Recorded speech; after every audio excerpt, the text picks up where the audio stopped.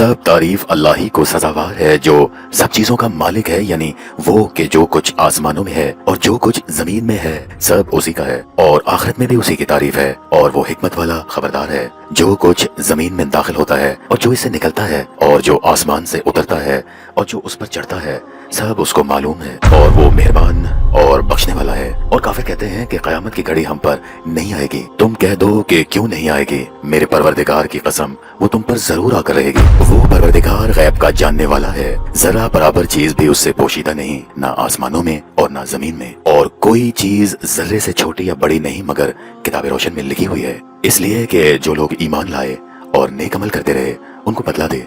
ये ही हैं जिनके लिए बख्शिश और इज्जत की रोजी है, और जिन्होंने हमारी आयतों में कोशिश की है कि हमें हरा दें उनके लिए सख्त दर्द देने वाले अजाब की सजा है। और जिन लोगों को इल्म दिया गया है वो जानते हैं कि जो कुरान तुम्हारे परवरदिगार की तरफ से तुम पर नाजिल हुआ है वो हक है और खुदाए गालिब और सजावार तारीफ का रास्ता बताता है। और काफिर कहते हैं कि भला हम तुम्हें ऐसा आदमी बताएं जो हमें खबर देता है कि जब तुम मर कर बिल्कुल पारा पारा हो जाओगे तो नए सिरे से पैदा होगे। या तो इसने अल्लाह पर झूठ बांध लिया है या इसे जुनून है। बात यह है कि जो लोग आखिरत पर ईमान नहीं रखते वो आफत और परले दर्जे की गुमराही में मुब्तला हैं। क्या उन्होंने इसको नहीं देखा जो उनके आगे और पीछे है, यानी आसमान और जमीन? अगर हम चाहें तो इनको जमीन में धंसा दें या इन पर आसमान के टुकड़े गिरा दें। इसमें हर बंदे के लिए जो रुजू लाने वाला है एक निशानी है। और हमने दाऊद को अपनी तरफ से बरतरी बख्शी थी। ए पहाड़ों उनके साथ तस्बीह करो, और परिंदों को उनका मुसख्खर कर दिया, और उनके लिए हमने लोहे को नरम कर दिया